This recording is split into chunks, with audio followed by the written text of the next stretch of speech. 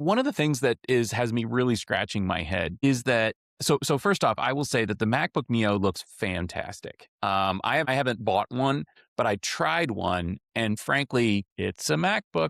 It basically is a MacBook Air that costs half as much. It does have some compromised specs, but none that you would really care about. It's just that good, and so it costs half as much, and that's amazing.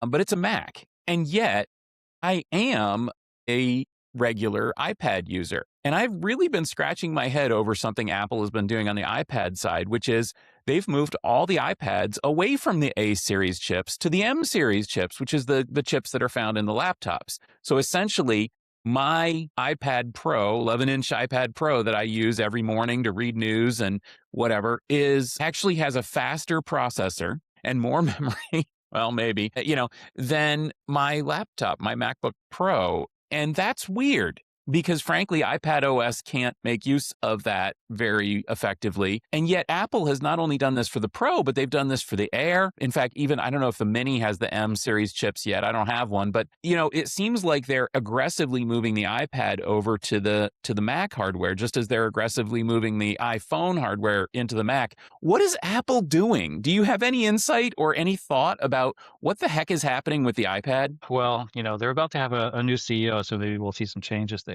I think what Mac is doing, first of all, it feels to me that some of these teams are more siloed than they ought to be for Mac, right? So they're all working on their own products. And it also feels like in order to protect the tablet piece of Apple's business, touchscreen versus not touchscreen has always been kind of like one of the parameters there. The PCs can't really have touchscreens, the tablets can. But I feel like what Apple is trying to do is build the best possible version of each product that they can. And sometimes that focus on design and that laser focus on making the one device better sort of gets in the way of having a coherent ecosystem of devices. And the way that Apple justifies this is by saying, well, if you're using a MacBook Pro or a MacBook Air, those are completely different uses from using a tablet, for instance, right? It's a different form factor. You're not necessarily a creator on one, but you might be a creator on the other.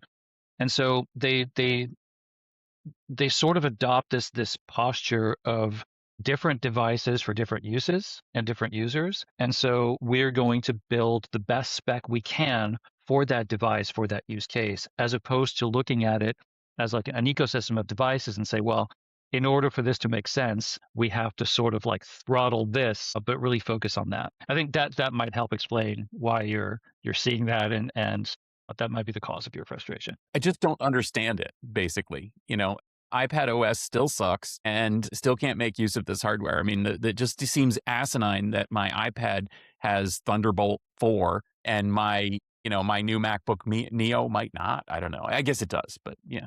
Yeah, well, so that part of it, we're going to be in complete agreement, and I don't have any insight into why Apple chooses some of the ports that they do.